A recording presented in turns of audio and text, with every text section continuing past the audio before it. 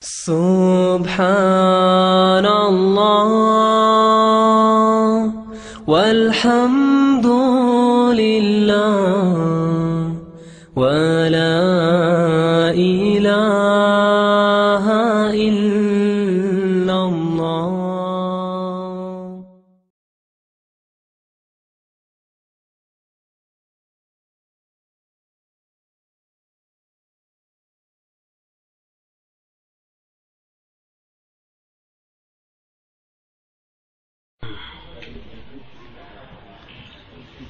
الحمد لله الذي أنشأ وبرى وخلق الماء والثرى وأبدع كل شيء ودرى. الحمد لله الذي لا يعجزه شيء في الأرض ولا في السماء ولا يغيب عن بصره صغير النمل في الليل إذا سرى. له ما في السماوات وما في الأرض وما بينهما وما تحت الثرى. وإن تجهر بالقول فإنه يعلم السر وأخفى. وأشهد أن لا إله إلا الله وحده لا شريك له ولي الصالحين وإله الأولين والآخرين ورب العالمين. وأشهد أن محمدا عبده ورسوله صلى الله عليه وعلى آله وأصحابه أجمعين. وبعد. Mes frères, il était prévu que je vous fasse une exhortation sur le mois du Ramadan. Mais après concertation avec mes bien-aimés frères, vu qu'il reste encore quelques temps avant l'arrivée du Ramadan, on s'est dit qu'Inch'Allah, les frères qui donnent des doros ici auraient le temps de vous en parler. Et comme il se fait tard, on a fait un barbecue, mashallah, là, et que, avec ce dars que je vais donner, la dawra va se finir, j'ai voulu aborder un autre sujet. Un sujet un peu particulier, qui va faire référence à un thème très connu et très traité, il s'agit de la mort. Mais on va l'aborder différemment. Et premièrement, mes frères, sachez que le prophète sallallahu alayhi wa sallam nous a informé que le plus intelligent parmi les croyants est celui qui pense le plus à la mort. قال النبي صلى الله عليه وسلم أكثروا من ذكر هذه من اللذات. Multipliez le rappel de ce qui détruit les plaisirs, la mort. Et on a interrogé le prophète sallallahu alayhi wa sallam, Man akyasun nas, qui sont les plus intelligents parmi les gens? Qala aktharuhum dhikran lil maut. Ce sont ceux qui pensent le plus à la mort. C'est pour cela que le prophète sallallahu alayhi wa sallam, après qu'il ait interdit aux musulmans, hommes et femmes, leur a autorisé par la suite la visite des tombeaux, hommes seulement. على القول بتحريم زيارة النساء للمقابر وهذا هو الراجح والله أعلم بالصواب. Donc après l'interdiction concernant les hommes et les femmes, il y a eu par la suite une autorisation pour les hommes seulement de visiter les tombeaux par rapport à la parole des savants qui voient qu'il est interdit aux femmes de visiter les tombeaux et Inch'Allah c'est la parole la plus juste. Wallahu a'lamu bis-sawab. Le prophète a dit sallallahu alayhi wa sallam, كنت نهيتكم عن زيارة القبور فزوروها فإنها تذكركم الآخرة.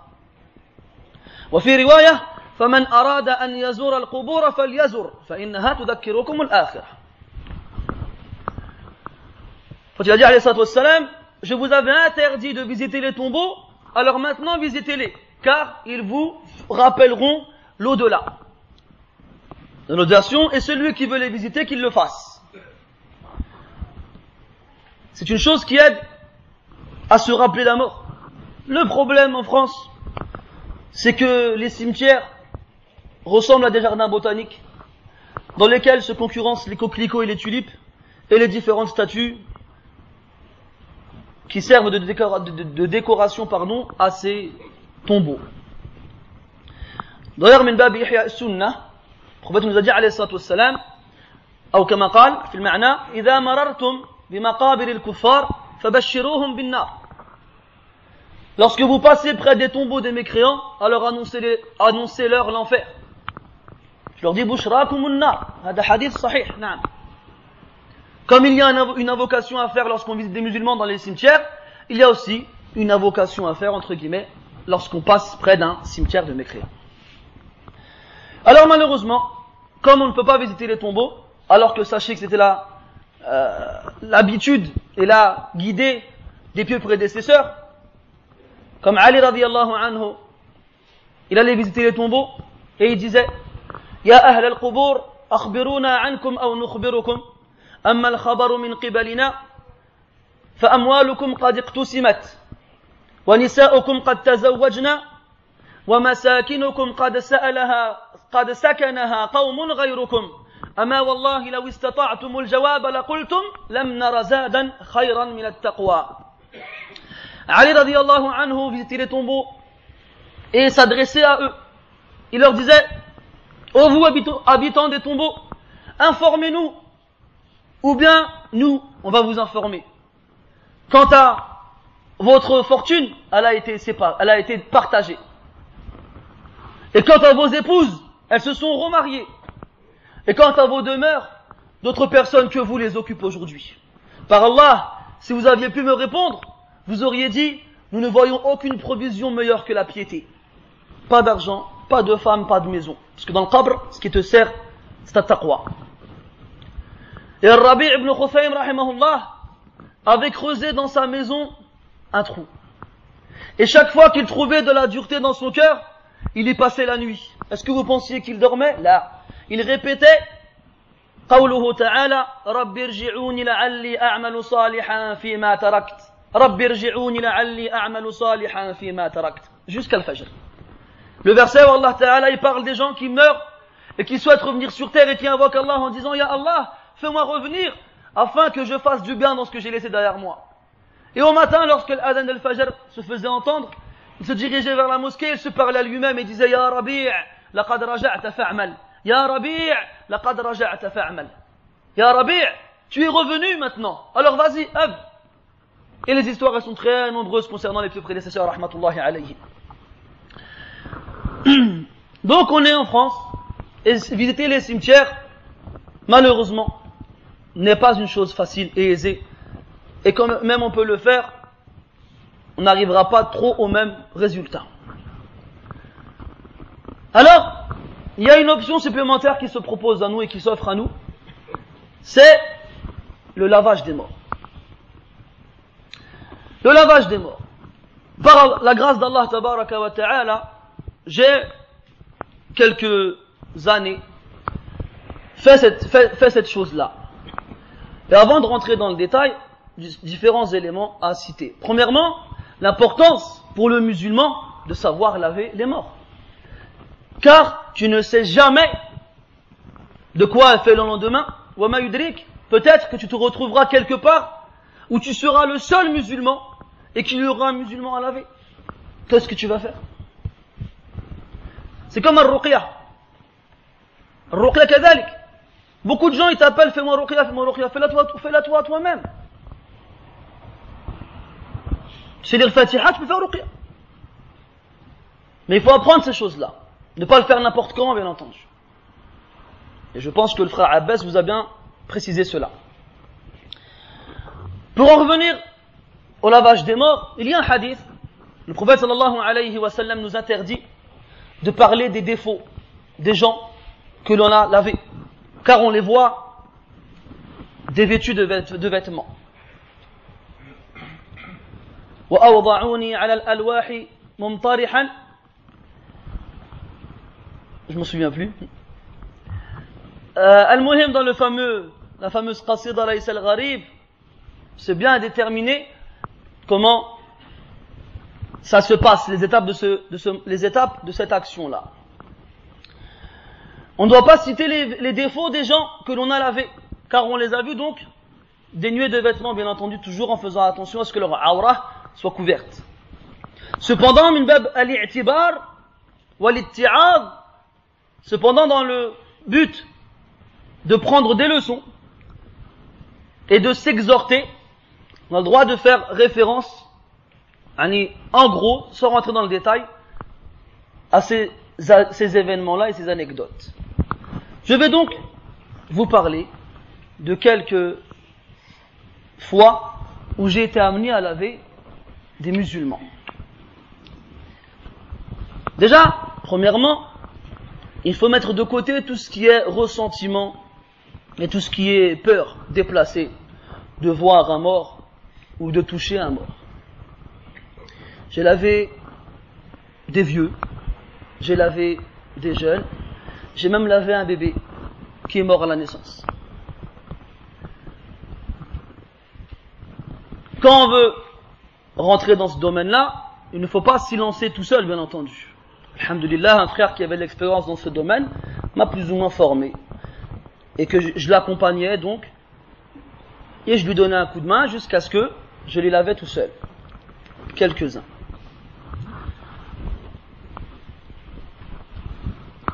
Donc, j'ai lavé des personnes accidentées. Mais accidentées, donc morts d'un accident, mais vraiment à un degré très élevé. Notamment des motards. Et là, j'en profite pour adresser un conseil aux frères motards. Je ne vais pas leur interdire de faire de la moto, mais je les pousse à faire extrêmement attention et à ne pas faire les fous sur la route. Hatta, si je ne me trompe pas, Cheikh Ibn Baz, rahimahullah, a fait une fatwa là-dessus. Il a dit que celui qui dépasse les limites de vitesse imposées et qui conduit dangereusement, s'il meurt suite à un accident causé par cela, il est considéré comme un suicidé.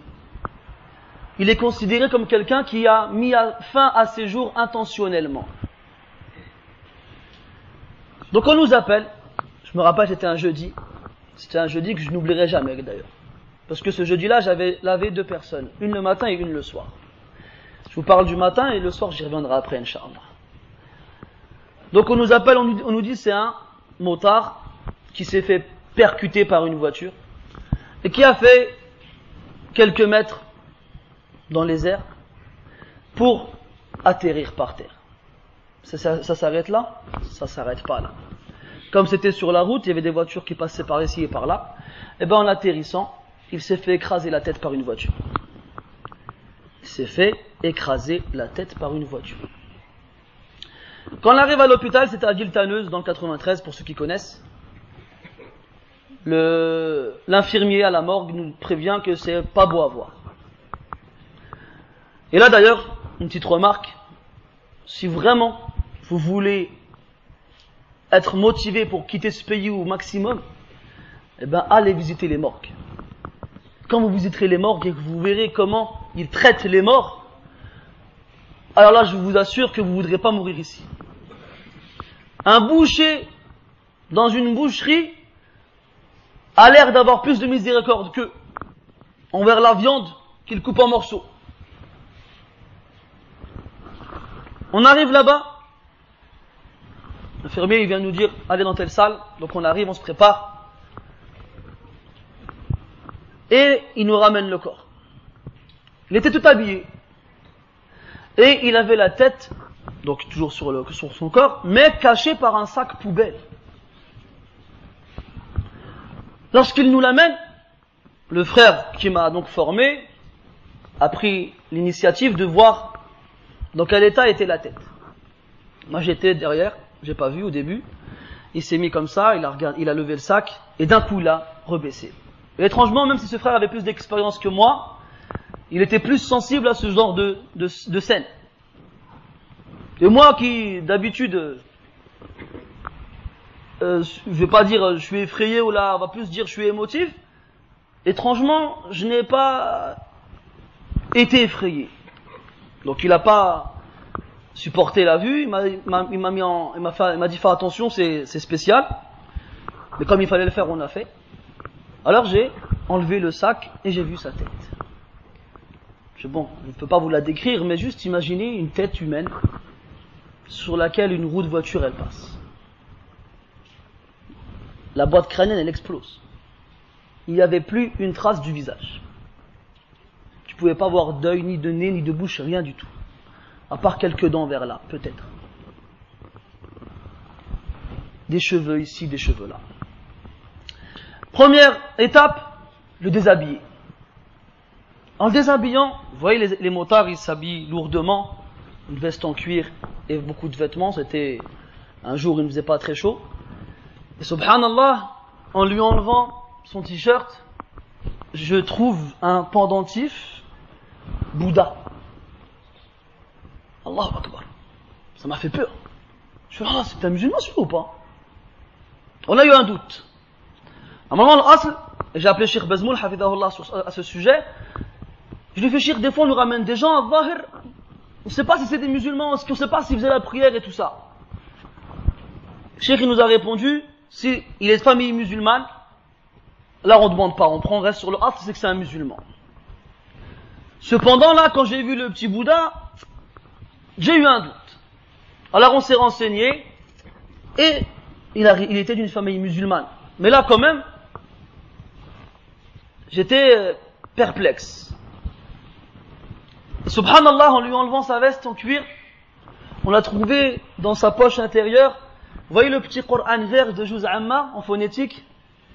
Il avait ce petit Coran dans la poche à l'intérieur. Et quand on a demandé à sa famille, on nous a dit qu'il venait juste de reprendre la prière. Comme quoi les frères, la tahkumu bi-zahir. Ne jugez pas les apparences. Il avait ce petit Coran avec lequel moi j'ai appris Juz Amma. Et je pense que vous aussi, Inch'Allah. Si vous saviez pas lire l'arabe. Moi j'ai appris 7 hizb en phonétique. J'étais un flemmard, je voulais pas prendre l'arabe, ou du moins c'était pas dans mes intentions. Et comme c'est connu chez les frères en général, on prend la facilité. Mais c'est une catastrophe la phonétique. Hein. C'est une catastrophe. Hein. Alors si vous voulez un conseil, jetez-la loin derrière vous la phonétique. Al-Muhim, ça nous a rassurés, ça nous a apaisés. On continue donc de le déshabiller. Et donc on couvre ses parties intimes. Et une remarque, c'est que malgré l'intensité de l'accident, son corps était presque intact. À une remarque près, c'est que il avait les os de chaque articulation qui sortaient. C'est-à-dire qu'il avait les os du coude qui sortaient dans ses deux bras et les os des tibias qui sortaient de ses pieds, enfin de ses mollets. Visible, tu les vois. Alors, comme vous le savez, quand on fait le ghusl, on commence par l'istinja, donc la toilette intime. Et comme vous le savez aussi, quand on meurt en France, on a droit à un certain séjour dans leur frigo. Et les corps, ils sont congelés quand on nous les ramène.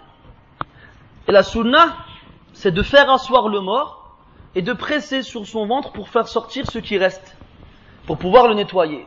Mais c'est impossible avec un corps congelé. Si tu le manipules un peu trop, tu risques même de lui casser quelque chose. Alors on essaye d'appuyer comme on peut, mais c'est très difficile. On lui fait l'istinja. Et dans le ghusl, qu'est-ce que tu fais après? Tu le laves entièrement. Nous on faisait le wudu après, ala ahad al-qawlayn, soit tu fais le wudu juste avant, soit tu fais le wudu après. Alors on commence par le haut de la tête. Et vous vous souvenez, la tête, il ne lui restait pas grand chose.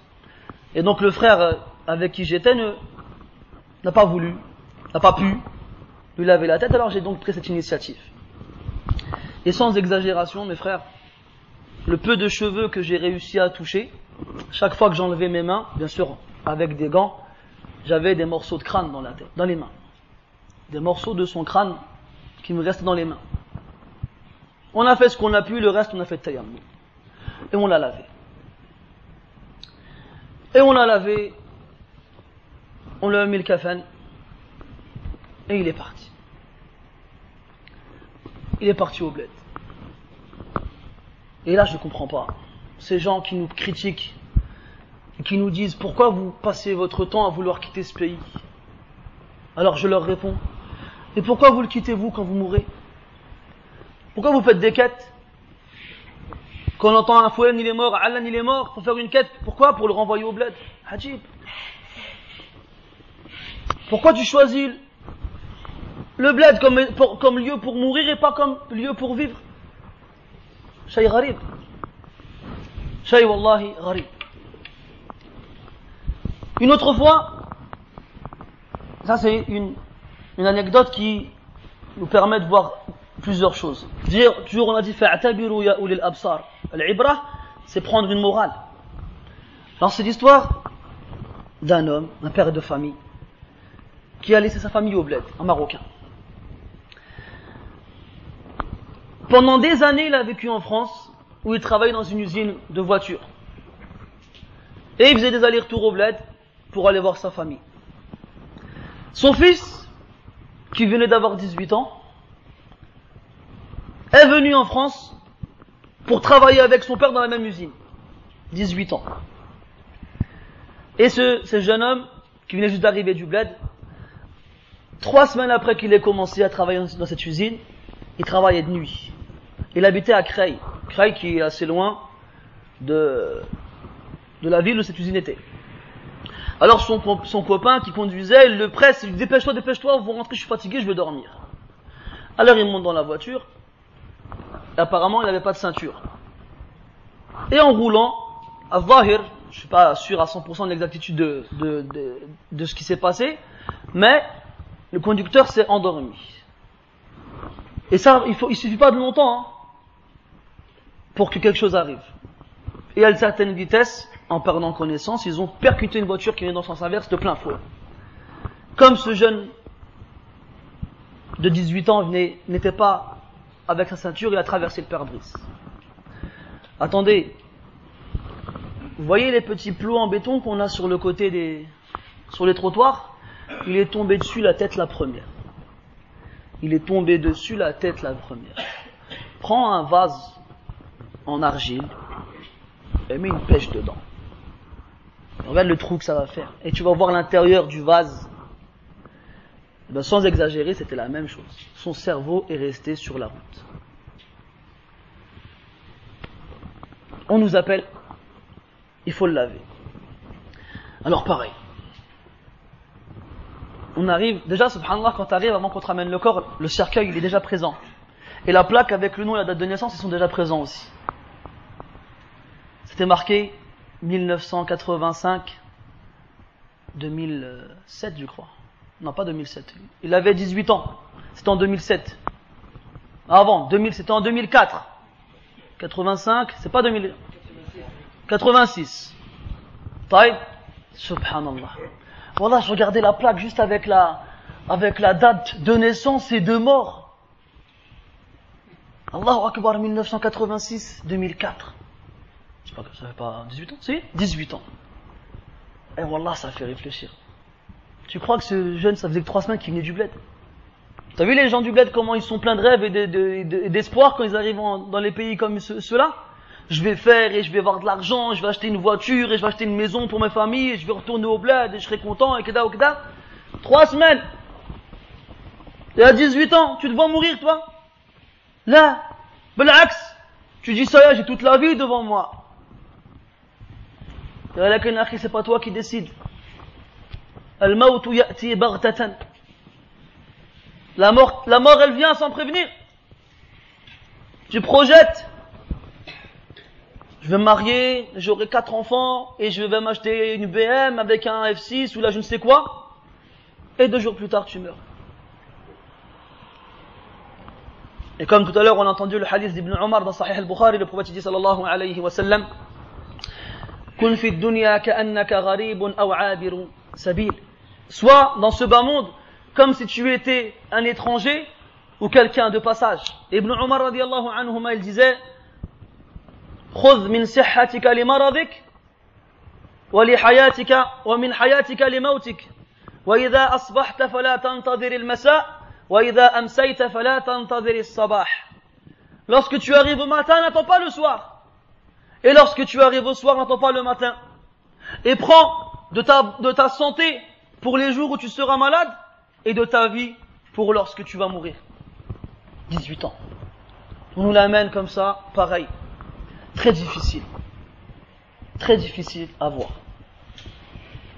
Le visage était plus ou moins, la tête était plus ou moins intacte et un trou.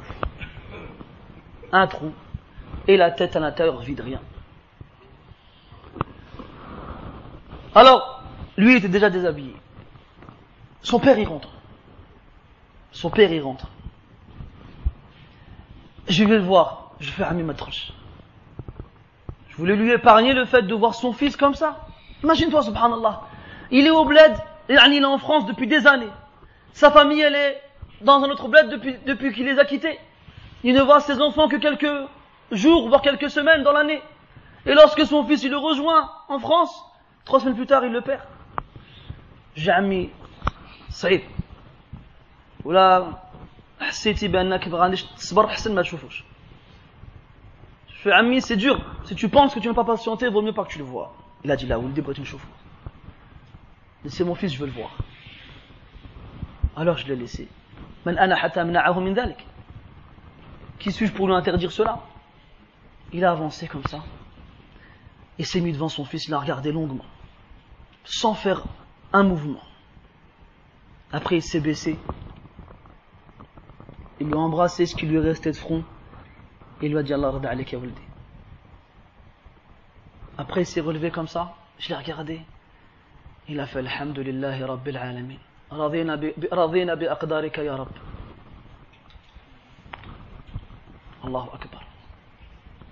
Quand il a embrassé son fils, il a dit qu'Allah soit satisfait de toi, mon fils. Et ensuite il a regardé vers le ciel comme ça, il a dit louange à toi, au Seigneur des mondes. Nous sommes satisfaits de la destinée que tu nous as écrite. Allahu Akbar. Et tu le vois, Balek dehors, tu ne vas même pas te retourner.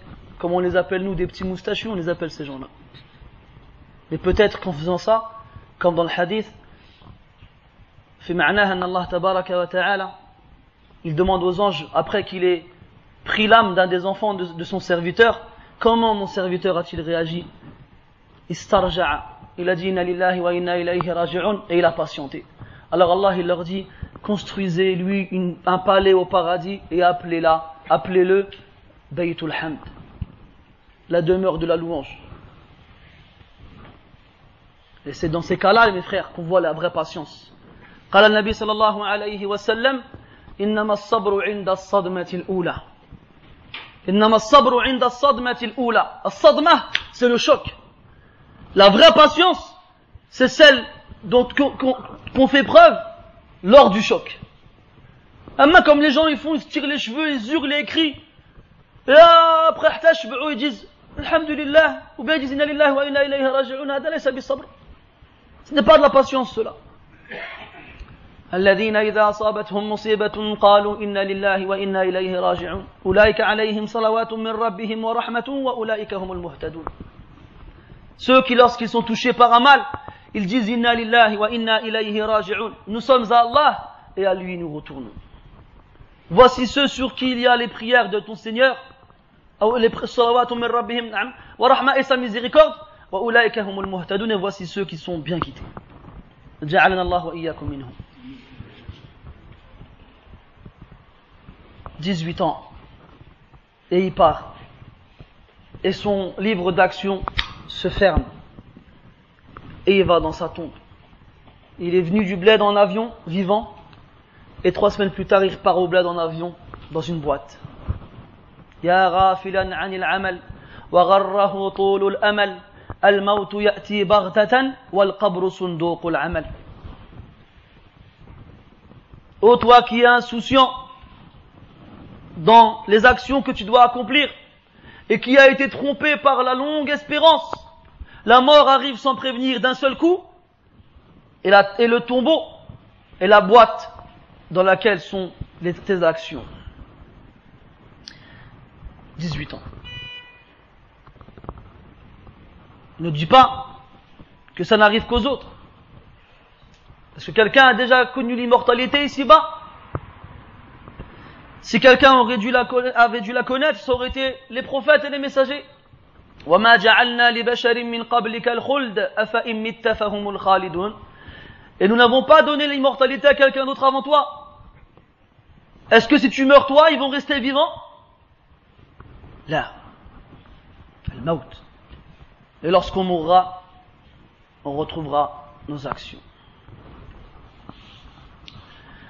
Vous savez, le prophète dit sallallahu alayhi wa sallam, innama al-a'malu bil khawatim. Les vraies actions qui comptent sont celles que l'on fait à la fin de notre vie. Sont celles sur lesquelles on meurt. La fin, c'est ça qui compte. Et comme Allah Ta'ala dit, ou la, comme dans le prophète dit dans le hadith, celui qui meurt sur une chose, il sera ressuscité dessus. Et Ibn Kathir, rahimahullah, il disait, لقد أجرى الكريم عادته بكرمه أن من عاش على شيء مات عليه ومن مات على شيء بعث عليه. Al-Karim, yani Allah tabaraka wa ta'ala, le tout miséricordieux et le généreux par excellence, a fait que celui qui vit sur une chose meurt dessus. Et que celui qui meurt sur une chose sera ressuscité dessus. Ibn al-Qayyim, rahimahullah, dans son magnifique livre qui se nomme Ad-Da'u Ad-Dawa, nous parle de l'Khatimah. L'Khatimah, c'est la fin. Est-ce qu'elle sera bonne ou est-ce qu'elle sera mauvaise? Il y a des choses que l'on voit des fois في قاعة الغسل أو التغسيل. On ne peut pas se baser dessus pour dire quoi que ce soit, abadan. C'est pas parce qu'on voit des choses des fois qu'on peut se baser dessus pour dire هذا من أهل الجنة وهذا من أهل النار. لا. عقيدة أهل السنة والجماعة أنهم لا يشهدون لأحد من أهل القبلة مات من أهل القبلة بالجنة أو بالنار. La aqida de Ahl Sunnah wal Jama'a, c'est qu'ils ne disent pas de quelqu'un faisant partie de la communauté musulmane qu'il est au paradis ou bien qu'il est en enfer. Sauf ceux qu'Allah Ta'ala et son prophète sallallahu alayhi wa sallam nous ont informé qu'ils étaient au paradis ou en enfer. Comme Abu Lahab dans le Coran. Allah Ta'ala dit bien qu'il est en enfer. Mais vous me direz, il fait partie de notre communauté. Ou bien les 10 qui sont promis au paradis dans le hadith. Abu Bakr fil Jannah, wa Omar fil Jannah, wa Uthman fil Jannah, wa Ali fil Jannah, wa Sa'd fil Jannah, al hadith. Il y a d'autres sahabis, ou bien sahaba qui sont au paradis, comme on le sait d'après le prophète alayhi salatu wassalam. Min ghayri ha'ula, la yajuzu li ahadin an yaqula fulan fil Jannah ou fulan fil Nar. En dehors de cela, il n'est permis à quiconque de dire qu'un tel il est au paradis ou un tel il est en enfer. Min haythu at-ta'yin, dans la détermination. Quant au umum, en général, yuqal al-mu'minuna fil jannah wal kuffaru fil nar. En général, on dit les croyants ils sont au paradis et les mécréants sont en enfer. Mais Ibn al-Qayyim rahimahullah dans Ad-Da'u Ad-Dawa, dans le chapitre relatif à la bonne fin et à la mauvaise fin, nous ramène quelques anecdotes de personnes de qui on a vu des choses faisant peur. Et comme on dit aussi, narju lil muhsini wa nakhafu ala al musi. On espère pour le bienfaisant et on a peur pour le mauvais. Une fois, je vais à un hôpital, il pleuvait. On arrive et on nous met dans une salle minuscule. C'est la première fois qu'on nous mettait dans une salle comme celle-ci. On attend, le mort, il arrive, c'était quelqu'un d'un certain âge, assez vieux. Je ne sais pas qu'est-ce qui lui est arrivé, mais en tout cas, il avait le nez coupé. Il n'avait pas de nez. Apparemment, il avait un problème respiratoire. Il avait un pacemaker. Alors, on commence. C'était une petite pièce. Elle n'était pas aérée. Il fait extrêmement chaud. On commence à d'appuyer sur son ventre pour faire sortir Et subhanallah, c'est sorti par sa bouche. Alors, on se regarde le frère et moi, qu'est-ce qu'on fait? On nettoie comme on peut, ça ne s'est pas arrêté. Ça ne s'est pas arrêté jusqu'à ce qu'on ait été obligé de mettre du coton dans sa bouche pour arrêter que ça coule. Une odeur insupportable est sortie. Insupportable. Et comme je vous l'ai dit, une petite pièce, pas d'aération. On le lave, mais c'était très difficile. Il y a des gens, subhanallah, qui peuvent être assez corpulents, mais qu'on manipule avec une facilité étonnante. D'autres qui peuvent être fins et minces, et qu'on a beaucoup de mal à bouger. On sent une lourdeur, mais spéciale. Et celui-ci faisait partie de cela. On avait extrêmement du mal à le manipuler. On a fini tant bien que mal à le laver. Et lorsqu'on l'a enveloppé dans son linceul, et on allait prier sur lui sur place, on a essayé de mettre sa tête vers la Qibla. Et on n'a pas réussi. Chaque fois qu'on lui mettait la tête vers la Qibla, elle revenait automatiquement de l'autre côté. Une fois, 2 fois, 3 fois. On a dit khayr, Inch'Allah. Le frère, il a mis un coussin pour bloquer la tête. Elle est revenue un peu, mais pas jusqu'à l'autre partie. Sa famille nous ont fait, entre guillemets, un cinéma digne des cinémas maghrébins lorsqu'il y a une mort. Hein? Ce qu'on appelle dans l'islam an-niyaha, la lamentation, qui fait partie des grands péchés. Le prophète dit sallallahu alayhi wa sallam, ithnani fi ummati min amri al-jahiliyyah, an-niyahatu ala al-mayyit wa at-ta'nu fi al-ansab. Il y a 2 choses dans ma communauté qui font partie de ce qui avait avant l'islam.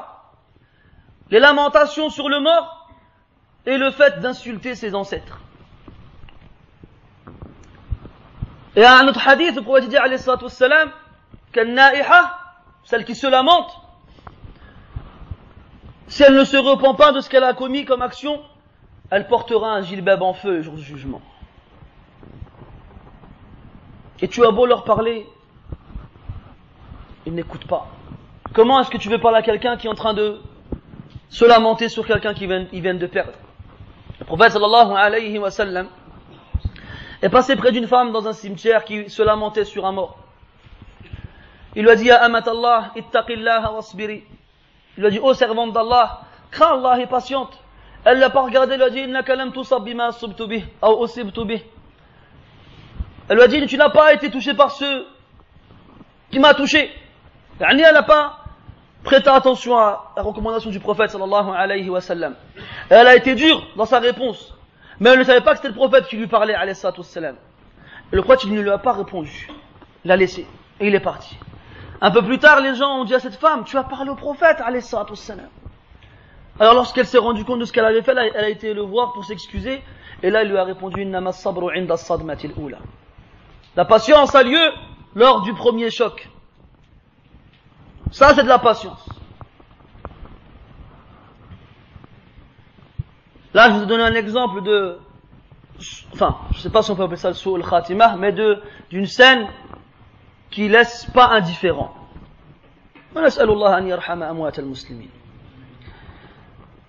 Je reviens au fameux jeudi où on a lavé le frère motard qui s'est fait écraser.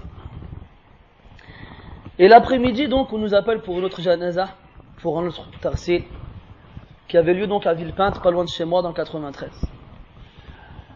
J'arrive, le corps il n'est pas encore là. Je vais faire les ablutions.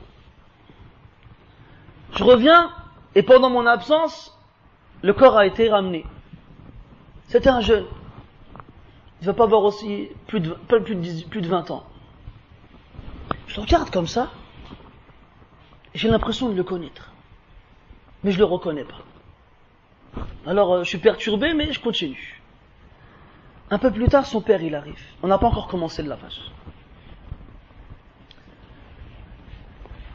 Je vois son père, je vais le voir, je fais ta'ziyah, les condoléances. Ahsanallahu aza'ak wa azzam Allahu ajrak. Et il parle au téléphone avec son autre fils. Et je l'entends répéter Abdelkarim, Abdelkarim, Abdelkarim. Je réfléchis, je regarde le frère mort, et paf, je me rappelle. Je me rappelle de ce fameux Abdelkarim que j'avais rencontré il y a de ça, maintenant, peut-être 12 ou 13 ans, dans une mosquée. Un petit jeune de cité qui venait juste faire la prière. Plus tard, j'ai fait la khutbah dans une mosquée à Blanc-Minil, dans le 93 toujours, et il vient me voir. Il me fait, tu te souviens de moi? Je lui dis, ton visage il m'est pas familier. Il m'est familier, na'am. Il me dit, c'était moi qu'on avait vu, tu m'avais vu dans la mosquée telle. Ah, je fais, mashallah. Et l'akh, mashallah, il portait la sunna, et il me demandait des conseils, il voulait partir étudier au Yémen. Et je l'ai plus revu pendant quelques mois. Je pensais plus à lui. Et là, je le vois devant moi sur la table, mort. Je demande à son père, qu'est-ce qui s'est passé? C'est Abdelkarim de Blanc-Minil. Il me fait, tu le connais? Je lui fais, c'est moi, Soufiane, l'imam de la mosquée de Blanc-Minil. Il me dit, c'est Soufiane? Il prend son téléphone, il appelle son fils. Il me dit, devine, je suis avec qui là? Il fait, je suis avec Soufiane, l'imam de Blanc-Minil. Après, il fait, tiens, il me passe son fils. Son fils, il me fait, Soufiane, comment t'as su qu'il était mort? Je dis, je l'ai pas su. Moi, je suis avec un frère, et on nous appelle quand il y a des janazas, j'y vais pour faire le ghusl. Il m'a dit, subhanallah, juste avant de mourir, il m'a demandé de t'appeler pour que tu viennes le laver.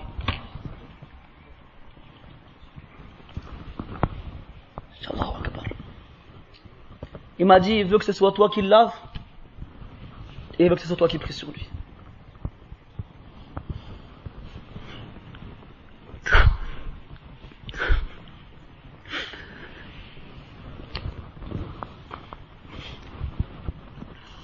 Alors je le regarde comme ça. Et on commence à le laver. Il avait un petit peu de barbe. Ici mon menton. Il était beau, mashallah.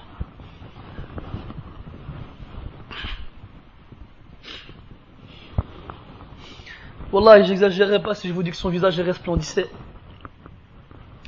J'ai demandé à son père comment est-ce qu'il est mort. Il m'a dit, subhanallah. J'ai demandé à son frère. Il m'a dit, il est monté sur son scooter et il partait faire salat al-maghrib à la mosquée. Et son frère, il me dit, je l'ai quitté juste avant. Et il a démarré, je l'ai appelé Abdelkarim. Il s'arrête, il me dit quoi? Je lui ai dit, n'oublie pas de faire dua al-rukub.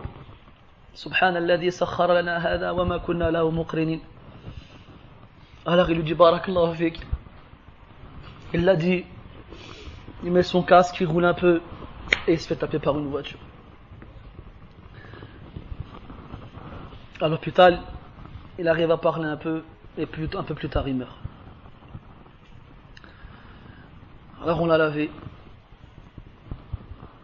on a pris sur lui et comme ses prédécesseurs, il a pris le chemin pour le bled où il a été enterré, rahimahullah, wa ghafara bih. Vous voyez les frères, ici nous tous, je pense qu'on a l'intention, Inch'Allah, de partir, ne serait-ce que pour étudier. Je pense que les conseils avisés de notre cher frère Bouzaïd vous ont assez motivé pour cela. Et moi, si je peux vous rajouter une chose, c'est que la vie, elle n'est pas éternelle et qu'on peut faire plein de projets. Wallahi, si Rabbi Azza wa Jalla ne te laisse pas le temps, ben tu ne les feras pas. Alors profite de ta jeunesse, profite de ta vie et ne remets rien au lendemain. Comme il disait Al-Hassan al-Basri rahmahullah, Ya ibn Adam, innama anta ayyam, fa idha dhahaba yawmuk, dhahaba ba'duk. Ô fils d'Adam, tu n'es que quelques jours, et lorsqu'un jour il te quitte, une partie de toi est partie. Une fois, et là c'est un peu plus particulier parce que c'est quelqu'un que je connaissais. Un frère qui habitait pas loin de chez moi, qui aimait beaucoup jouer au foot, comme tous les jeunes, qui venait juste de finir l'école et qui travaillait à l'aéroport quand il pouvait pour gagner un peu d'argent. j'ai travaillé avec lui, j'ai joué au foot avec lui. C'était un ami, c'était un frère et aussi un ami. Ce frère-là, il a été touché d'une leucémie, un cancer du sang. Et il a donc été placé dans un hôpital particulier spécial pour qu'on puisse lui faire des dialyses. Et on venait le voir de temps en temps. Et c'est très dur de voir quelqu'un mourir à petit feu.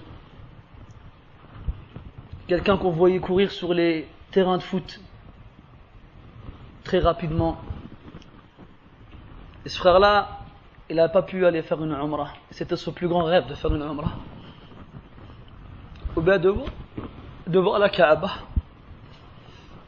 Et nous, alhamdoulilah, on a pu y aller avant et on lui parlait de la Kaaba et de ce qu'on ressent quand on voit la Kaaba. Et lui, il nous regardait comme ça avec des grands yeux. Et je me rappelle, il disait, au top!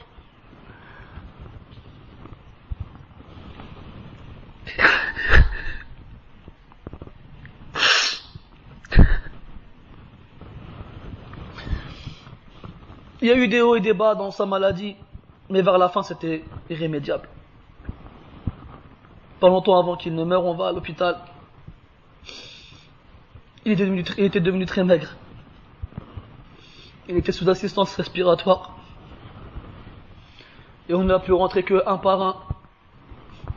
Avec des protections et des trucs stérilisés pour pas qu'ils soient touchés par un microbe. Parce qu'ils perdent leurs globules blancs, les gens qui sont touchés par cette maladie. Et n'importe quel microbe il peut les tuer. Il était tout jaune, subhanallah. Tout micro. Et la sunna, quand vous visitez un malade, c'est de l'encourager, de le motiver, de lui faire oublier qu'il est malade. C'est pour ça qu'on lui dit, bah, astahour, incha'Allah. Il n'y a pas de mal, c'est une purification si Allah le veut.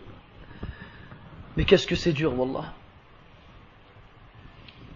D'essayer de le réjouir, de lui faire oublier la maladie. Je me suis assis à côté de lui. Il était endormi. Je lui ai pris la main. Il s'est réveillé. Il m'a dit, Sofiane. J'ai fait, ça va, Amin? Il s'appelait Amin. Après, il se met à pleurer. Il me fait, Sofiane, j'ai peur.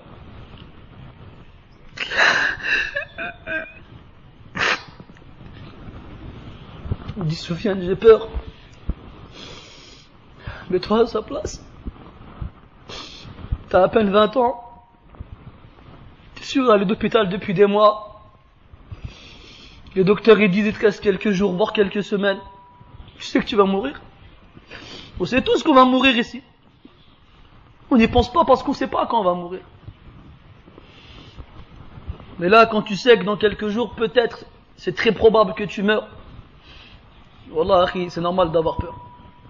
Comme elle disait Aïcha radiyallahu anha, après que le prophète sallallahu alayhi wa sallam lui a dit من أحب لقاء الله أحب الله لقاءه ومن كره لقاء الله كره الله لقاءه وقالت عائشة رضي الله عنها يا رسول الله أذلك الموت فكلنا نكره الموت.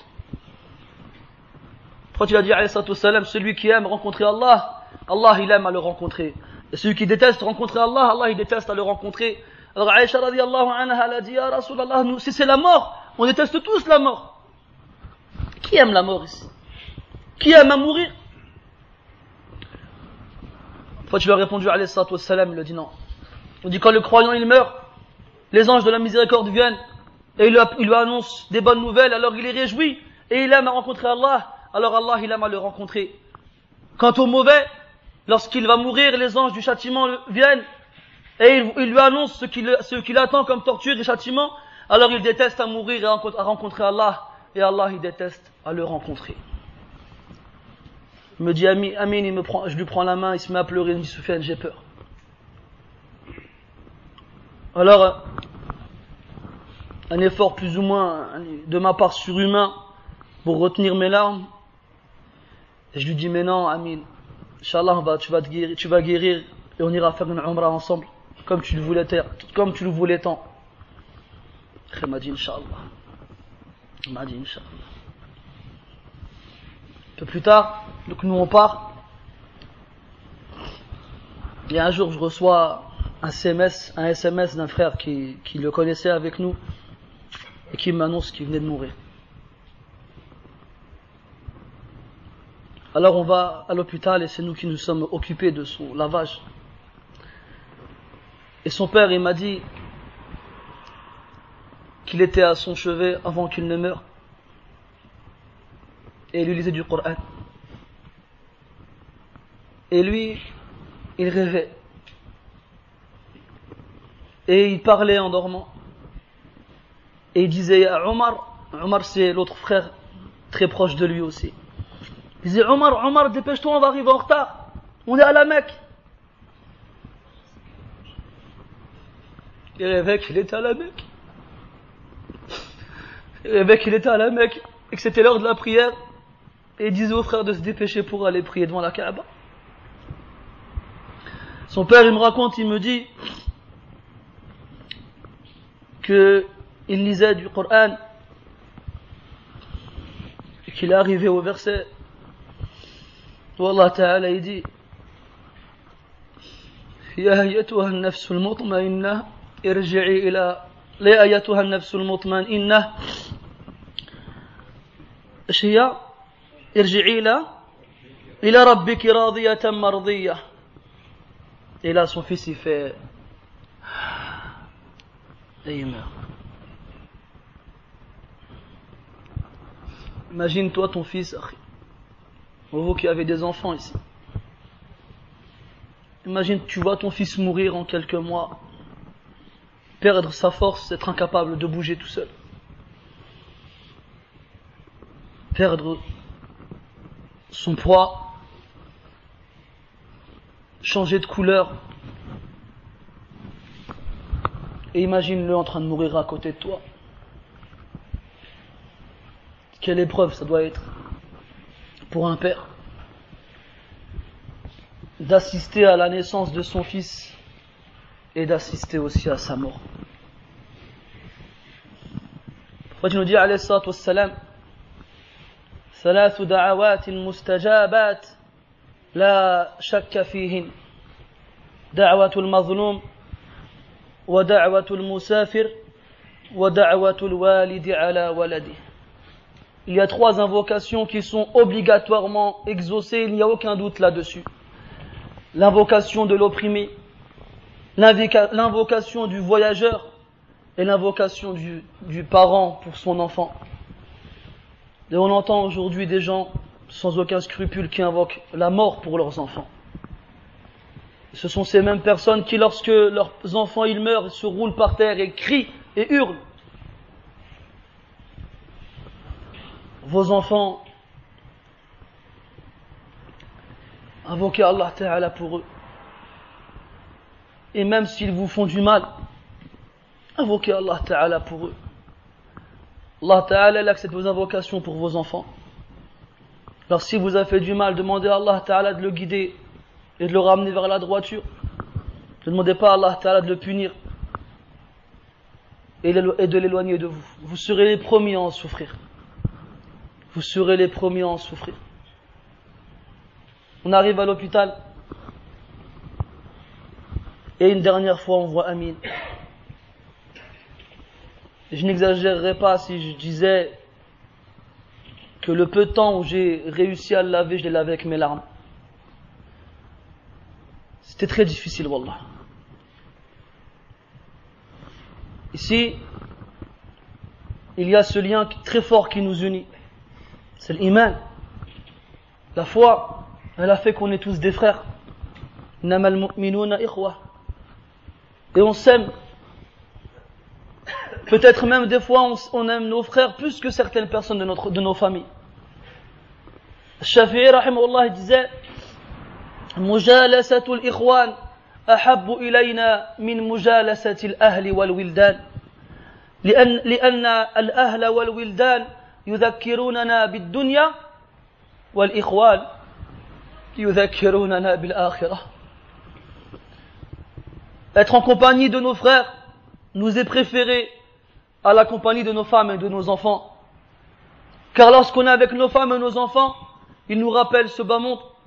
Et lorsqu'on est avec nos frères, ils nous rappellent l'au-delà. Omar radiyallahu anhu, une fois, il a pensé à un de ses frères avant d'aller dormir. Il a pensé à lui tellement fort qu'il n'a pas cessé de se retourner sur sa couche jusqu'à ce que l'adhan de l'Fajr se fasse entendre. Il n'a pas dormi. Il a fait la prière et lorsqu'il finit, il dit Aïna Mu'ad? Où est Mu'ad? Ibn Jabal, radiyallahu anhu. Mu'ad, il se lève, il dit Ha ana ya Amir al-Mu'minin. Et Mu'ad, et Omar lui dit Ta'al, ya Mu'ad. فوالله ما زلت أفكر فيك أتقلب على فراشي كالحبة على المقلع. Il m'a dit Mu'ad, viens. Par Allah, je n'ai cessé de penser à toi à un point où je me retournais sur ma couche comme une graine sur la poêle qui est en train de frire. Alors Mu'ad, il va vers Omar radiyallahu anhu, ils se prennent dans leurs bras en pleurant. Tous ici, on a des frères qu'on apprécie plus que les autres. Ça, c'est une chose naturelle. Le Nabi sallallahu alayhi wa sallam, il a dit à Mu'adh, ya Mu'adh, inni la uhibbuk. Mu'adh, il a dit, je t'aime. Les sahaba entre eux, radiyallahu anhum aussi. Comme cette histoire avec Sa'd ibn Rafi', si je ne me trompe pas, tu me corriges, Kamal. Kif? Ibn Rabi', Sa'd ibn Rabi' radiyallahu anhu, le Médinois, que le prophète sallallahu alayhi wa sallam a mis avec Abdurrahman ibn Auf qui venait de la Mecque juste après la Hijra, et il a demandé donc aux Médinois de fraterniser avec les émigrés de Mecca.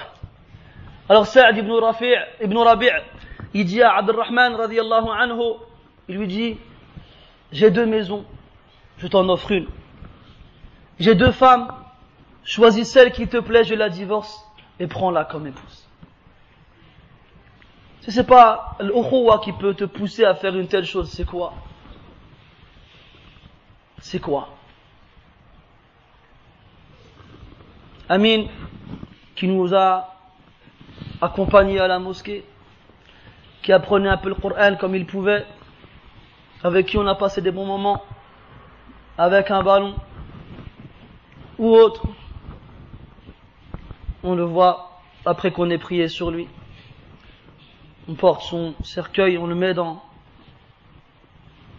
le véhicule qui accompagne le cercueil à l'aéroport et on le voit partir. Et il part. Et on n'a plus jamais revu Amin. Rahimahullah wa ghafara lahu. Al-Muhim, mes frères,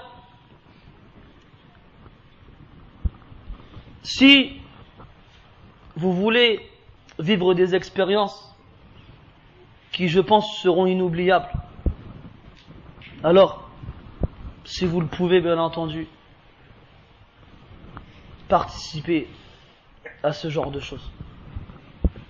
On a trop besoin, mes frères, wallah, de choses qui ravivent le cœur. On a trop besoin, wallah, d'adoucir ce morceau de pierre qui nous sert de cœur.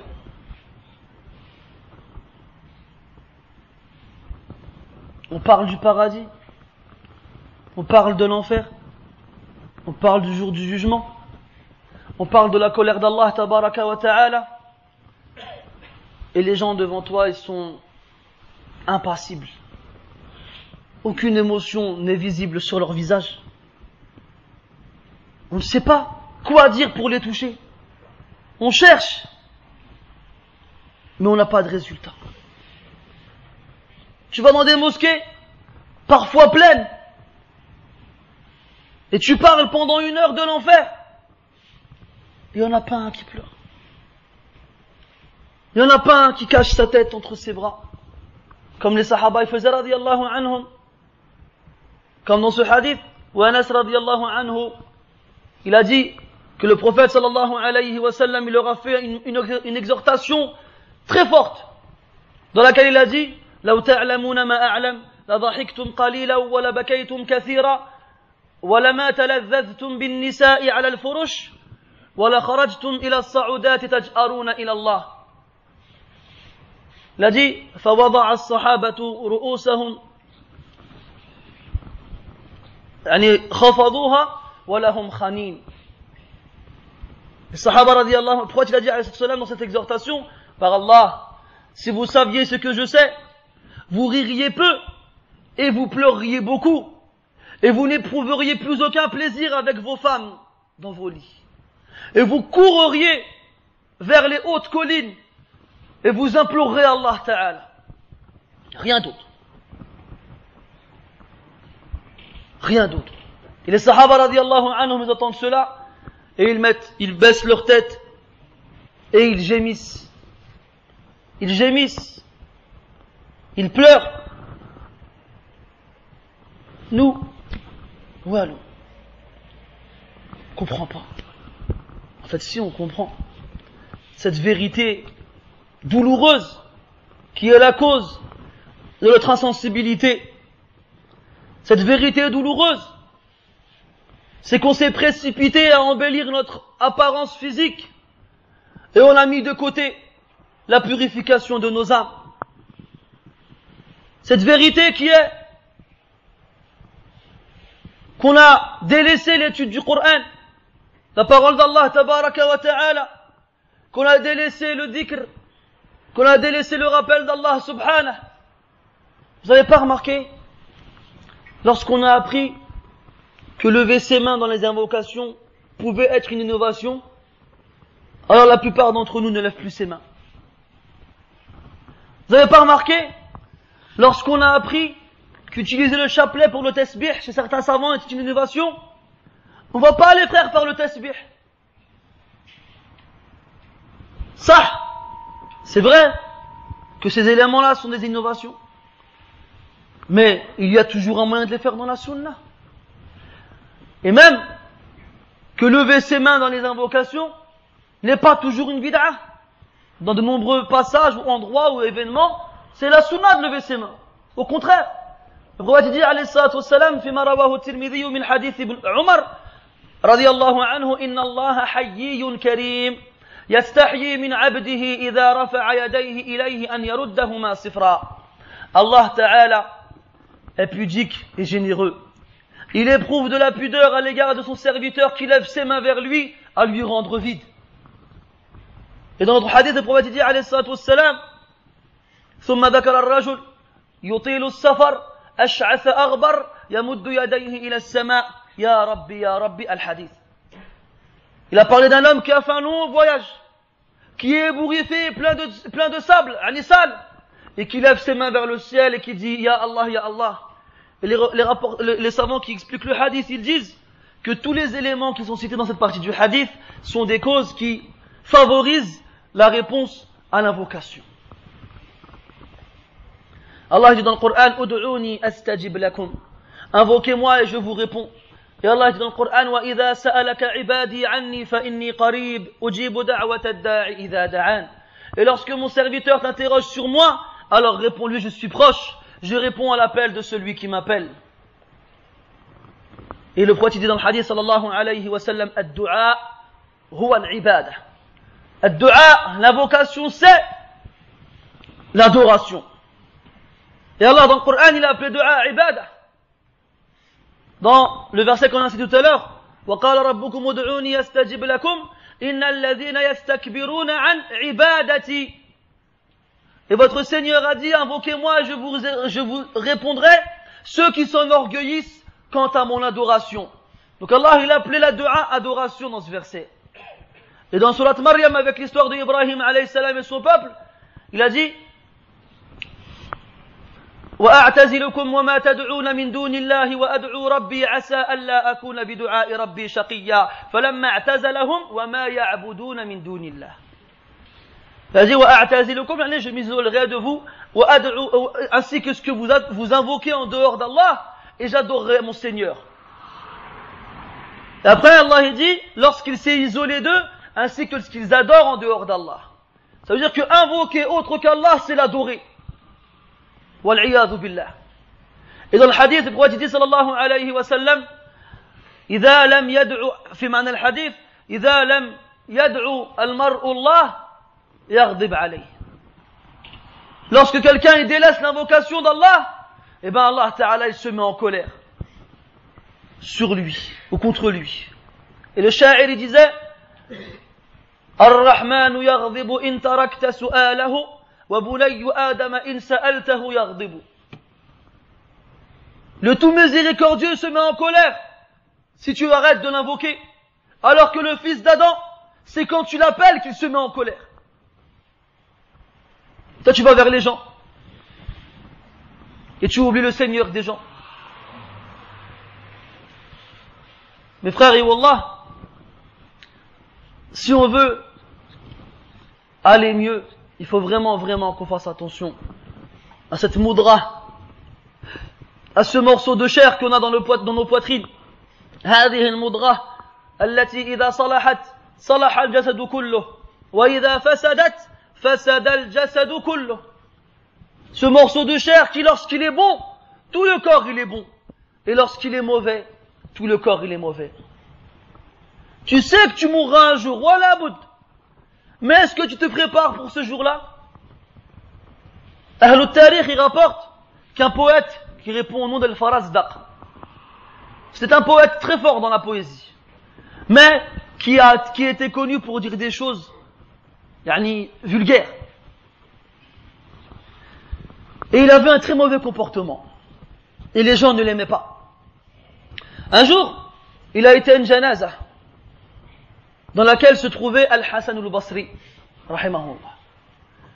Les gens, quand ils ont vu Al-Hasan al-Basri et Al-Farazdaq, ils ont dit اجتمع في هذه الجنازة خير الناس وشر الناس. On a été réunis dans cette prière mortuaire, la meilleure des personnes et la pire des personnes, en faisant référence à Al-Hassan et à Al-Farazdaq. Et Al-Farazdaq, il a entendu ça, et ça l'a peiné et attristé. Alors un peu plus tard, quand les gens sont partis, il a été voir Al-Hassan, rahimahullah, il lui a dit أتسمع ما قالوا في. Il a dit, est-ce que tu as entendu ce qu'ils ont dit de moi? Al-Hassan, rahimahullah, il lui a dit لا تعبأ بهم. Je ne fais pas attention à eux. ولكن قل لي يا فرزدق ماذا أعددت لمثل هذا اليوم. Il lui a dit, ne fais pas attention à eux, au Farazdaq. Mais dis-moi, qu'est-ce que tu as préparé pour un jour tel que celui-ci?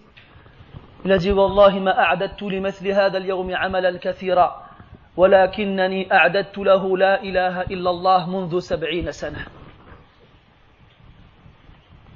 قال إذن فابشر. Il lui a dit, par Allah, je ne lui ai pas préparé beaucoup d'actions, mais je lui ai préparé la ilaha illallah pendant 70 ans. Alors Al-Hassan, rahimahullah, il lui a dit, dans ces cas-là, réjouis-toi. Ne fais pas attention à eux. Ne fais pas attention à eux. خلي الناس يتكلموا فيك معليش. خليهم يتكلموا فيك معليش. ليس كلامهم هو الذي سيرفعك عند الله عز وجل. بل الرب عز وجل هو الذي يرفع من يشاء من عباده. Laisse parler les gens.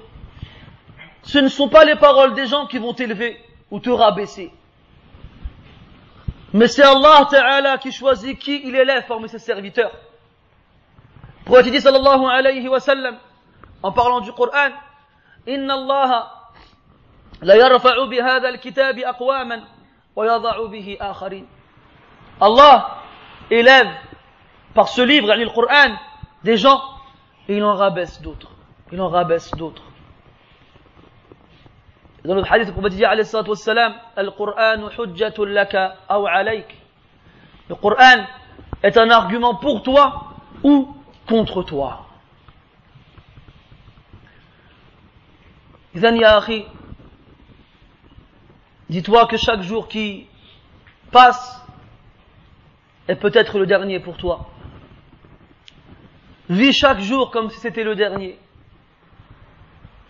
Al-Albani rahimahullah dans As-Silsila As-Sahiha, il rapporte un hadith qu'il juge comme bon. Il disait comme quoi le prophète sallallahu alayhi wa sallam, lorsqu'il faisait taswiyat as-sufuf, lorsqu'il alignait les rangs, il disait Sallu lillahi salata muwaddi'. Priez pour Allah la prière de quelqu'un qui fait ses adieux. Et les savants donnent comme conseil pour celui qui veut être concentré dans sa prière, ils leur disent, faites chaque prière comme si c'était la dernière pour vous. Faites chaque prière comme si c'était la dernière pour vous. Et qu'à la fin du deuxième salam, on va en prendre votre âme. Si on réfléchissait comme ça, est-ce que vous pensez que nos prières seraient les mêmes?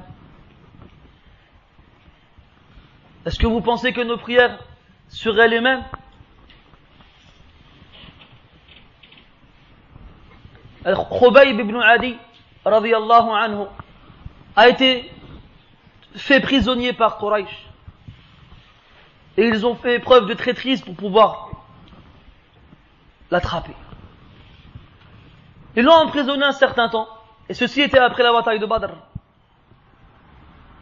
Et une femme qui l'observait pendant qu'il était en cellule a remarqué qu'il mangeait une grappe de raisin à une époque où il n'y avait pas un seul raisin à la Mecque. Ils l'ont enchaîné aux poignets et aux chevilles, et ils lui ont mis un carcan autour du cou. Et avec des chaînes, ils l'ont tiré. Et derrière lui, les femmes et les enfants de la ville qui crient et qui lui jettent des pierres et qui l'insultent. Pourquoi? Parce que comme les Quraysh ont essuyé une défaite cuisante à Badr, ils se sont dit, on va se venger de Mohammed dans la personne de Khubayb. En gros, on va passer nos nerfs sur lui. Ils l'ont tiré jusqu'à At-Tan'im. At-Tan'im, pour ceux qui ont été à la Mecque déjà, c'est là-bas qu'on va pour se remettre en ihram, dans le cas où on voudrait refaire une umrah. À la mosquée qu'on appelle Masjid Aïcha,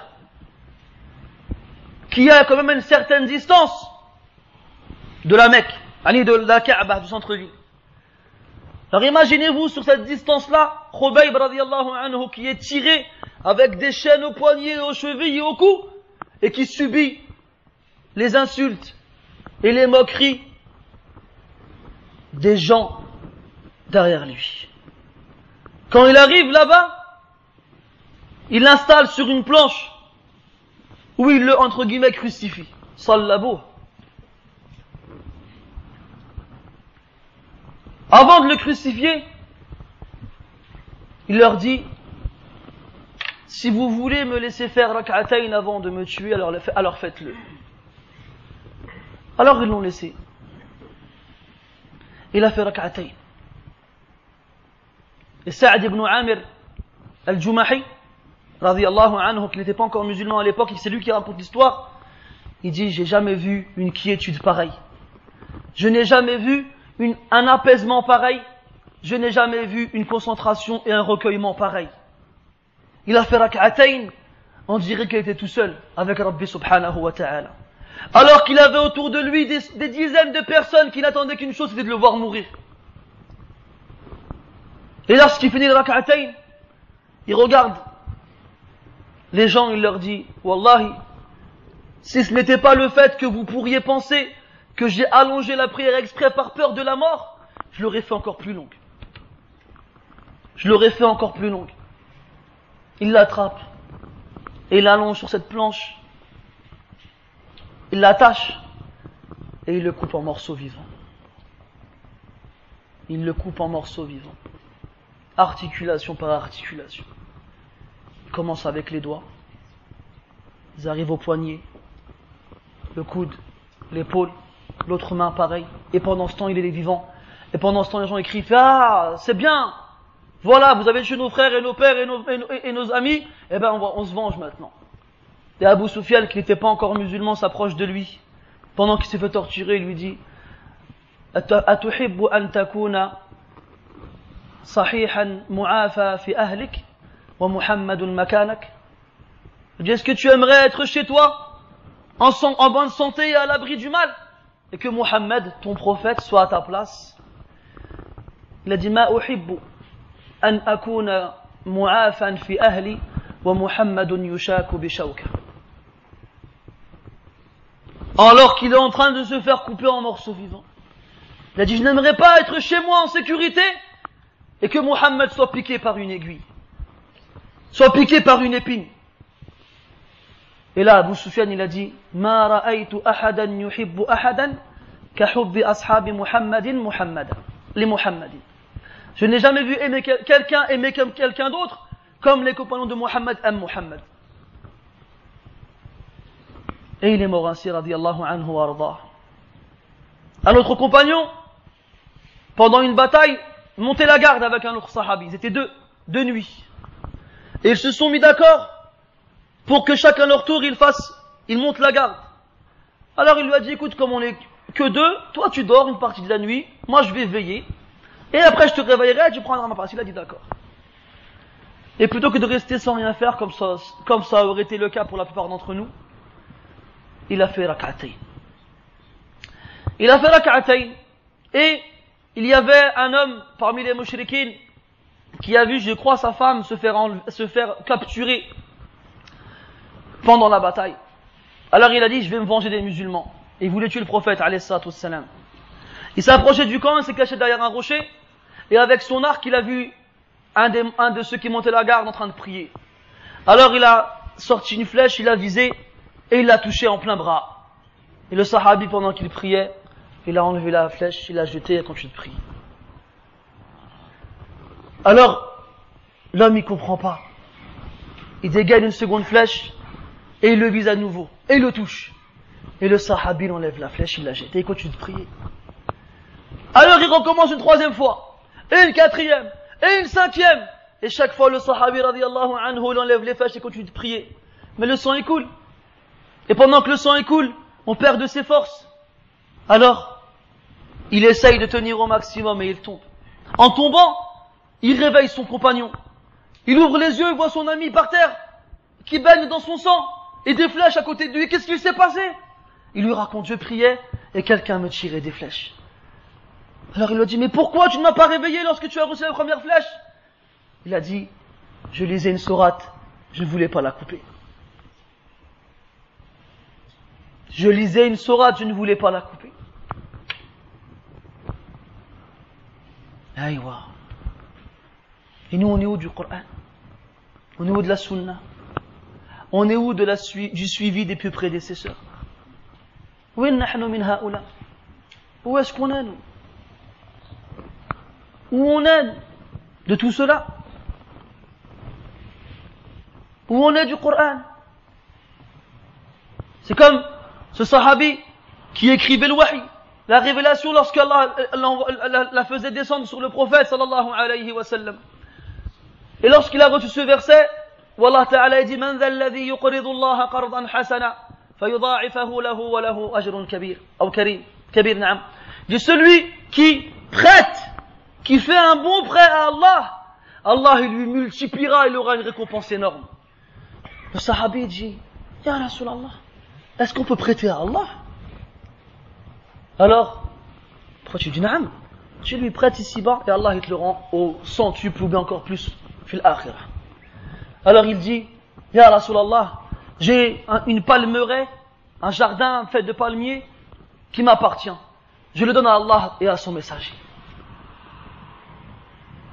Alors, il pose ce sur quoi il écrivait le Coran et il fonce à cette palmeraie où il trouve sa femme et ses enfants qui jouaient. Il dit à sa femme, arrête tout, ne touche plus à rien. Je viens de vendre ce terrain. Alors elle lui dit à qui? Et il répond à Allah et à son messager. Et là, les vraies femmes, les pieuses, comme celle-ci, ont répondu, quelle bonne affaire tu as fait. Et même une version du hadith qui dit qu'elle a fait cracher aux enfants les quelques dattes qui leur restaient dans la bouche et qu'elle elle a dépoussiéré ce qu'il y avait sur eux de terre. Elle a dit, enlevez tout ça, ça ne vous appartient plus, ça appartient à Allah et à son messager. Ta femme elle aurait dit quoi toi aujourd'hui? T'es malade? Ou bien t'as payé combien? Je veux ma part. Wallahu al-musta'an. Et avant de critiquer nos sœurs, avant encore dire que je leur en veux, nous, ces versets, c'est les mêmes qu'on lit dans le Coran tout le temps, enfin quand on lit du Coran bien sûr. Qu'est-ce qu'on fait? Qu'est-ce qu'on donne? Hein, qu'est-ce qu'on a préparé pour l'au-delà, mes frères? ماذا قدمت لدين الله وماذا أعددت ليوم القيامة. Qu'est-ce que tu as avancé pour cette religion? Et qu'est-ce que tu as préparé pour le jour du jugement? يوم لا ينفع مال ولا بنون إلا من أتى الله بقلب سليم. Le jour où ni fortune, ni famille ou enfant ne sera profitable ou utile, sauf pour celui qui vient avec un cœur saint. إلا من أتى الله بقلب سليم. فأين سلامة قلبك يا عبد الله? Où elle est la pureté de ton cœur? Est-ce que tu as un cœur comme ceux qui, lorsqu'on leur parle d'Allah, il se met à frémir? كتابا متشابها مثاني تقشعر منه جلود الذين يخشون ربهم ثم تلين جلودهم وقلوبهم إلى ذكر الله. Un livre béni qui se ressemble dans sa perfection au niveau de chaque sourate, Mathani, et qui se répète sans se ressembler, dont la peau de ceux qui craignent leur Seigneur frémit. Et c'est quoi qui attendrit leur peau? C'est le rappel d'Allah tabaraka wa ta'ala. ثم تلين جلودهم وقلوبهم, ainsi que leur cœur, إلى ذكر الله, au rappel d'Allah tabaraka wa ta'ala. Mes frères, je devais vous parler du Ramadan. Eh bien, on va parler du Ramadan. Ramadan ala al-abwab. Alaysa kadhalik. Ramadan, il est là, il arrive. Dans quelques jours, on sera en Sha'ban. Et après Sha'ban, on sera à Ramadan. 30 jours ou 29, dans lesquels Allah tabaraka wa ta'ala, il fait ouvrir les portes du paradis. Il fait fermer les portes de l'enfer. Et il enchaîne les plus mauvais des shayatés. 30 jours dans lesquels les actions elles sont multipliées par 10, 100, 700 et plus encore.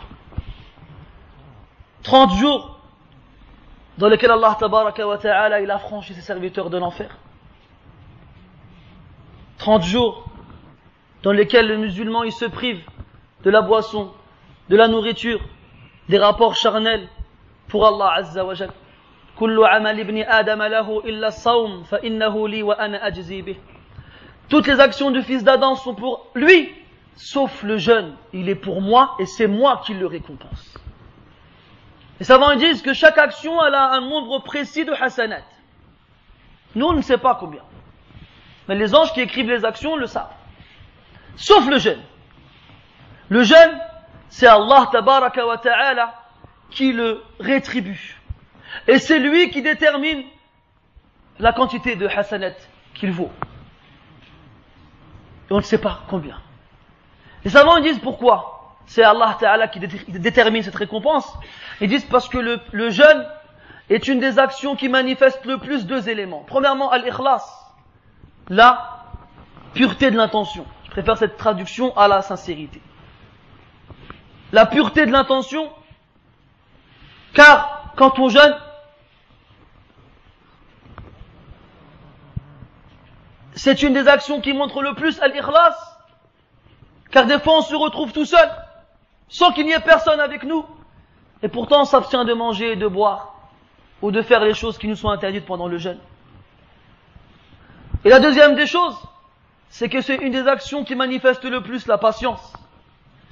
Car lorsqu'on jeûne, on patiente sur l'obéissance d'Allah Ta'ala.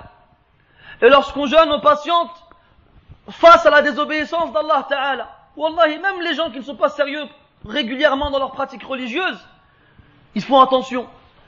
Ils veulent dire un gros mot, ils font Astaghfirullah, c'est le Ramadan. Ils veulent voir une fille, ils font Astaghfirullah, c'est le Ramadan. Les gens, ils se font attention quand ils font le Ramadan, subhanallah. Ils patientent devant la désobéissance d'Allah Ta'ala. Et ils patientent face aux décrets divins qui sont douloureux.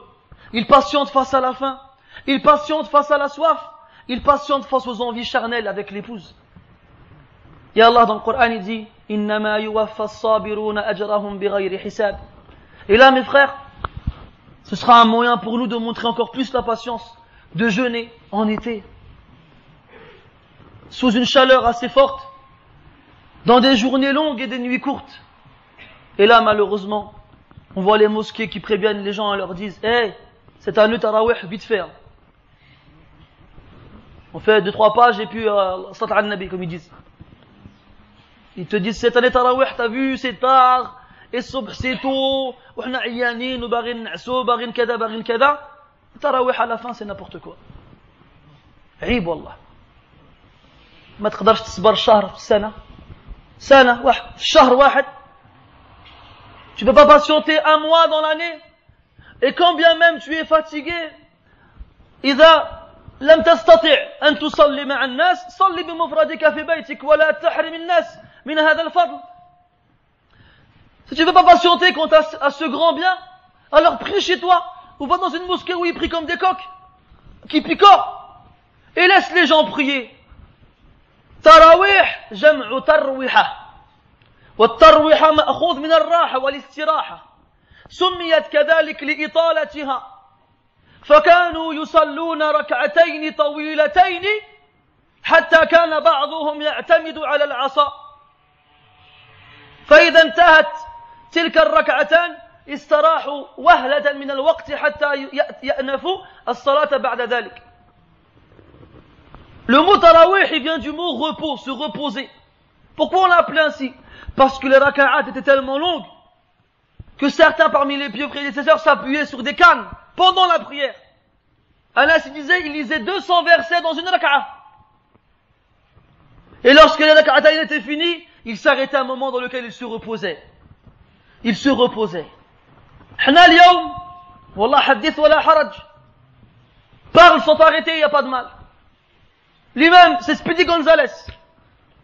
Je sais pas si vous avez vu sur internet une vidéo, je sais plus dans quel pays, je crois que c'est en Turquie ou là, je sais pas, un pays qui ressemble à ça, où l'imam, je crois, il essaye de battre le record de la prière la plus rapide du monde. Alhamdulillah Rabbil Alamin, même si j'essaie de faire le plus vite possible, j'arriverai pas à sa cheville. Dans une mosquée, c'est filmé. Va dans YouTube et tu tapes l'imam le plus rapide du monde. Ou bien Abu Speedy Gonzalez. Il prie comme ça et les gens, ils prient derrière. Je sais même pas s'ils ont le temps de dire Subhana dans le ruku'. Rien de dire Subhana bas. Et les gens comme ça, ils disent, ah, hada imam, mashallah, mlih. Mais ta'bnash hadak. On dit, ça c'est un imam, ça va pas nous fatiguer, celui-là, bien. Et quand toi t'as le malheur de faire une page, ouais, mchit, ça fait. T'es parti. T'entends, dans la prière, normalement, quand t'es imam, le seul son que t'es censé entendre, c'est Subhanallah, si tu te trompes. T'entends tous les bruits possibles et imaginables qu'on peut faire avec une bouche. Hachib. Je dis, qu'est-ce que j'ai fait? Tu es en train de prier, t'es chaud, ouais, je dis. Hachib. Et quand tu finis, tu regardes de travers. Ah, dès que je pouvais l'attraper. لسان حالهم يقول لو استطعت أن أتمسك به لرأى عجب العجاب وبعضهم هذا لسان مقالهم. Une fois, à la mosquée, l'imam il n'est pas venu à Subh. On m'a dit de faire la prière. J'ai récité Surat Ar-Rahman entièrement, que j'ai coupé en rak'atayn, en 2 fois. À la fin de la prière, les gens n'ont rien dit, mais j'ai senti une certaine tension. Donc moi, discrètement, je faisais mon dick sans regarder les gens. À la fin, donc les gens sont partis, je suis resté plus ou moins, pas tout seul, mais avec quelques personnes à la mosquée. Il y a un vieux qui vient me voir, il me fait Wolde quand même, c'était long, tu nous as fait mal. Et nous, chez nous, là-bas, dans 93, on a le siège de la sécurité, des allocations familiales à Saint-Denis, dans une grande tour. T'arrives là-bas, il y a une queue, elle fait 300 personnes. Et je lui fais, ah mais, tu vas à la tour de la sécu à Saint-Denis? Il me fait, oui. J'étais déjà parti là-bas, t'as déjà fait le club? Il me fait, oui, m'chit, c'est marrant. C'était déjà arrivé d'attendre là-bas, واحد ساعتين ولا أكثر? Il me fait, oui. Est-ce qu'il lui, il ne veut pas où je vais en venir? Je fais, لقيتي شي مكان باش تجلس ولا بقيتي واقف؟ T'as trouvé un endroit pour t'asseoir ou t'es resté debout? Il me fait, شيخ ترى كنبقى واقف, شيخ ترى كنجلس. Des fois, je suis debout, des fois, je suis assis, je fais, ami, barakallahu fik. T'as déjà été les voir et tu leur as dit, طولتوا علينا? Il m'a regardé comme ça. Il m'a dit, ouais, Woldi. Et il est parti. Et c'est pareil. Tu travailles à l'usine, t'es 8 heures, t'es fatigué, t'en as marre, tu veux rentrer chez toi. Votre main de voir, il te fait, hey, on est en galère là, tu peux rester 1 heure de plus. Franchement, je suis fatigué. 200% l'heure. Vas-y, c'est bon. C'est où? Ça ou là? غالب الناس c'est comme ça, غالب الناس لشديد الأسف. Malheureusement c'est comme ça. ما يصبروش على الدين ويصبروا على الدنيا. Ils patientent pour ce bas monde parce que la récompense elle est concrète, elle est palpable. Le billet tu l'as dans ta main, tu le regardes, c'est un vrai, c'est un faux, c'est bon. Maintenant quand on parle de أجر حسنات يا رب كبير. كلنا ندخل الجنة. On rentre tous au paradis, rahmatullahi wasi'a. T'as vu la chanson qui chante, on ira tous au paradis? Ils ont dû l'apprendre à des gens de chez nous, ça. Hein, mes frères, c'est le ramadan. Lisez le Coran. Priez tarawih. Faites le maximum, wallah. S'il y a un mois dans lequel on doit vraiment se fatiguer, c'est ce mois-ci. Et pas se fatiguer parce qu'on a des longues journées où on jeûne, mais se fatiguer dans l'ibadah. Et wallahi, ces jours que vous allez passer à vous fatiguer dans l'ibadah, eh ben, quand vous les verrez devant Allah Ta'ala, vous serez fiers et contents. Comme il dit le prophète sallallahu alayhi wa sallam, les sa'imi farhatan, yafrahuhuma, farhatun inda fitrih, wa farhatun inda liqa'i rabbih. Pour le jeûneur, il y a deux joies qu'il éprouve lorsqu'il rompt son jeûne et lorsqu'il rencontre son Seigneur. Quand on l'a dit tout à l'heure, le jeûne, c'est Allah Ta'ala qui le rétribue, on a expliqué pourquoi. Et il dit, c'est pour moi, c'est à moi. Les ulama ils disent, vous savez, que quand on fait du mal aux autres, en les insultant, en leur faisant du mal d'une quelconque façon, et s'ils ne nous pardonnent pas devant Allah Ta'ala, eh ben ils prennent de nos hasanat, vous le savez cela, qu'Allah nous préserve de cela. Wallahi mes frères, laissez les gens tranquilles. Laissez les gens tranquilles si ce n'est pour leur faire du bien. Et ce morceau de chair qui se balade dans vos bouches, gardez-le à l'abri. Et faites attention, extrêmement attention, de ne pas dire du mal sur quelqu'un. De ne pas dire du mal sur quelqu'un. Et ses doigts, et ses mains, et ses membres que vous avez, ne les utilisez pas pour faire du tort aux autres. Parce qu'ici tu peux te sentir fort, devant Allah, on est tous pareils. Et devant Allah, le faible, il va prendre sa justice auprès de toi. Alors, إذا ردت المظالم إلى أهلها أو إذا ردت المظالم إلى أهلها وأخذت من حسنات الناس بقي عمل واحد لا يؤخذ منه حسناته وهو الصيام لأن الله تعالى اختص به.